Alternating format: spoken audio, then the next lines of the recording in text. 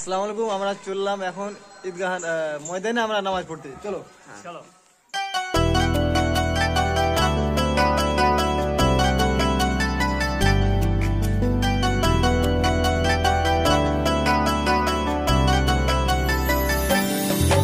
ওমন রমজানের ওই রোজার শেষে এলো খুশির ঈদ, নয় আপনাকে আজ বিলিয়ে দেশুন আসমানি তাগিদ। রমজানের ওই রোজার শেষে এলো খুশির ঈদ, আপনাকে আজ বিলিয়ে দেশুন আসমানি তাগিদ।